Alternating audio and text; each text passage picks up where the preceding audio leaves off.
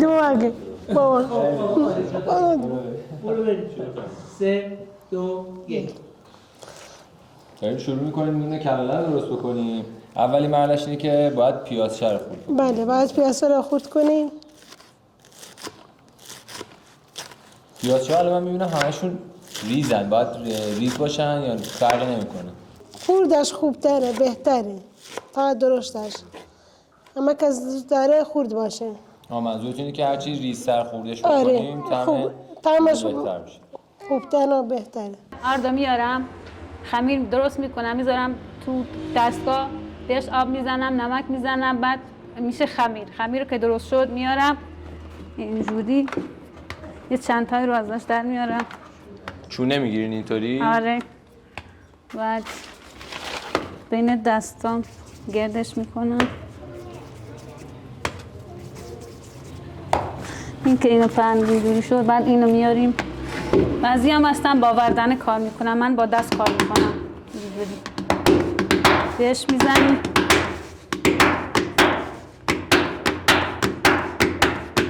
هم که یه اندازه پهن شد، بعد میذاریم نمد رو دستام. بزرگترش میکنیم. آره خیلی بزرگترش میکنیم، بعد میذاریم خیلی بزرگترش هم میکنیم تو اینجوری انجام بدیم. دوباره از اطرافش میکشین که آره این که کامل بزرگتر باز بشه. آره به اندازه یه نون نازک. بعد پیاسته رو برمی‌داری میزنیم یه لایش وسطش اینجوری.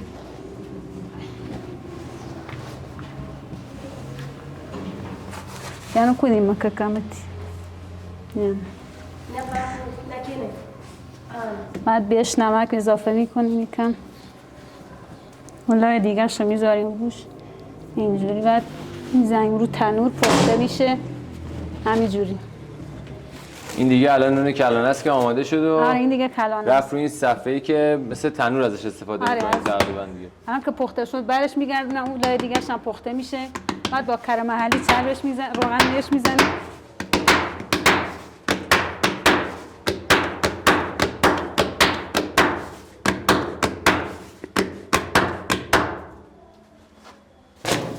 نون کلانه یکی از قدیمی ترین نونای اصیل ایرانیه که دیگه خیلی خوشمزه است، باید حتما امتحانش کنید. بعداً بهش کره محلی میزنی.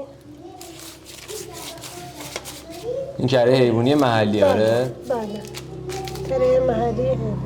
همه اطرافشو باید بزنی؟ بله هر کسی دوست داره همه اطرافشو میزنه، هر کسی یه طرفشو میزنه اینجوری. سلیقه‌ای. کلانه است.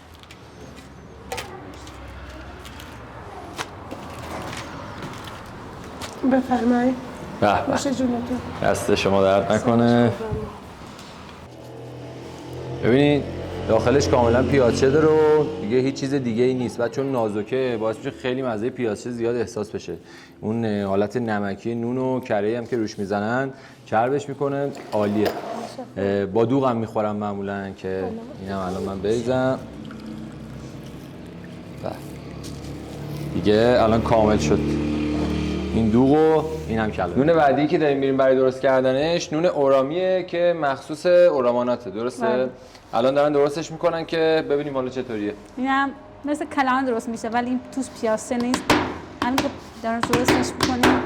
نون قدیمیه، خیلی وقت پیش من که بچه بودم مامانم درست میکرد. منم خیلی دوست داشتم یاد بگیرم.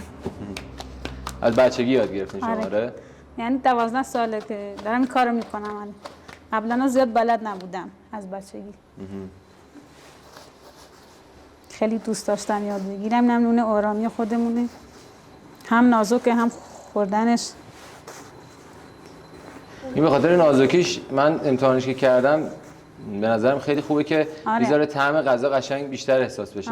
خیلی نازکه. آره از اون بهتره، از اون نان لواش بهتر. سریع هم ببینیم اینطوری پخت میکنه و درست میشه. دست شما درد نکنه. ببینید تردیش اینطوریه. اسم نون بعدی که داریم میریم درستش بکنیم اینجا شیلکنه است که یه جوری بهش میگن پنکیک کردی. بریم درستش بکنیم ببینیم چطوریه. شما اینو برای زمان خاصی درست میکنین؟ برای صبحونه است، کنار غذا یا برای صبحونه، برای هر جور دوست داریم. بعد با چی میخورنش معمولا؟ روغن بهش میزنن میخورن، همینجوری عادی هم میخوریم. همون کره محلی میزنین؟ بله. کره محلی میزنین. این خمیرش با اون خمیر فرق میکنه. این خمیرش چیا داره داخلش؟ توش جوش شیرین داره. این خمیر مایه میذاریم، شیر،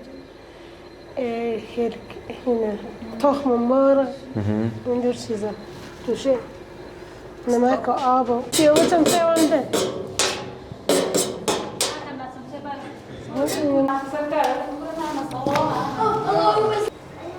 بفرمون آماده شده. دست شما درد نکنه. جونتون. ببینین اینطوریه. نرمه بافتش، ترد نیست و هم مثل همون پنکیک میمونه دیگه. فقط بزرگتر و یه ذره نازکتر. اینم 3 تا نون کردی که با هم دیگه دیدیم چطور درست میشه و جالب بدونید اینجا اکثر جاهایی که نون درست میکنن و خانم‌ها اداره میکنن و دسترنج خانم‌های کردیه که خیلی هم خوشمزه است.